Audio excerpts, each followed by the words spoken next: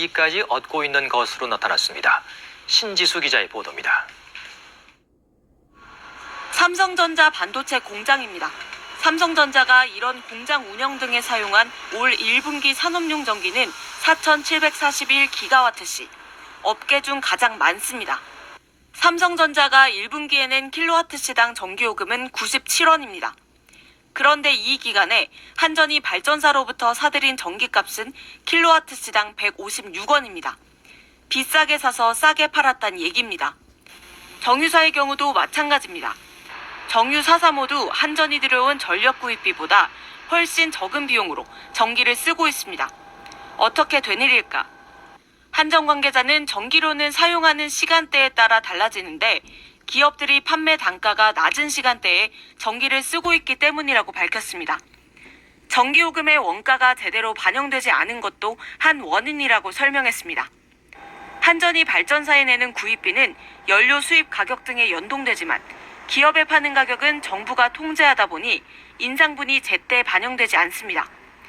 이 때문에 한전은 전기를 팔면 팔수록 손해를 보고 산업용 전기를 사용하는 기업들은 반대로 이익을 보는 구조입니다. 실제 1분기 산업용 전력을 많이 소비하는 기업 50곳이 전기 소비를 통해 최소 1조 8천억 원의 반사이익을 본 것으로 집계됐습니다. 한전의 이 경영 적자가 지금 30조 원에 이른다고 하는데요. 근본적으로는 이 연료비 등 원가가 반영되지 않는 전기료 체계 때문에 산업부는 전기요금 원가주의 원칙 아래에 연료비 조정 단가를 제대로 반영하는 정책을 추진할 계획입니다. KBS 뉴스 신지수입니다. 가상화폐 테라루나 폭락 사태 관련 수사 속보입니다. 최근 검찰이 국내에 남아있는 테라의 자회사를 새로 파악한 걸로 확인됐습니다. 서류로만 존재하는 회사인데 이곳을 거쳐간 수상한 자금 흐름도 포착됐습니다. 이도윤 기자의 단독 보도입니다. 지금까지 알려진 테라의 국내 자회사는 4월 말에 문을 닫은 테라폼랩스 코리아뿐이었습니다. 하지만 검찰이 최근 테라의 국내 자회사를 한 곳 더 확인했습니다. 플렉시 코퍼레이션, 권도형 대표가 유일한 사내이사로 등재돼 있으며 등기상 여전히 살아있는 회사입니다. 테라 창업을 지원한 관계사가 있는 건물에 주소지를 두고 있습니다. 이력을 혹시 찾아볼 수 있건지 플렉시 코퍼레이션. 서류로만 존재하는 이른바 페이퍼 컴퍼니인 셈인데 국내에 남은 유일한 자회사입니다. 검찰은 이 회사를 거쳐간 자금 흐름을 집중 추적하고 있습니다.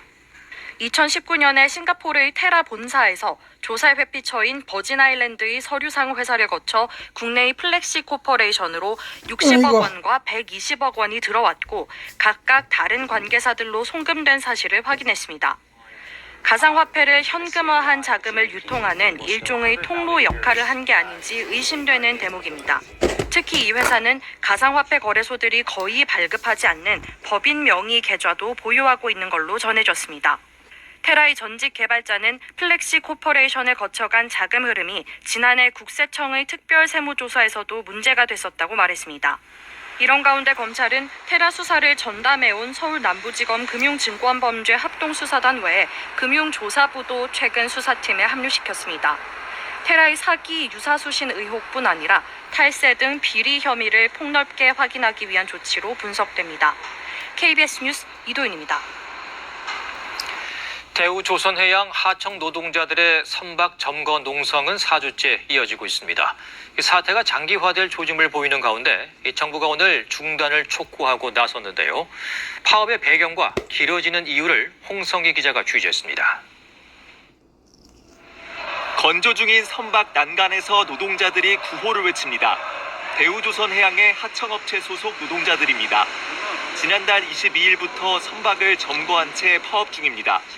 2015년 조선업 불황으로 임금이 삭감됐는데 삭감 전 수준으로 회복시켜달라는 게 핵심 요구입니다.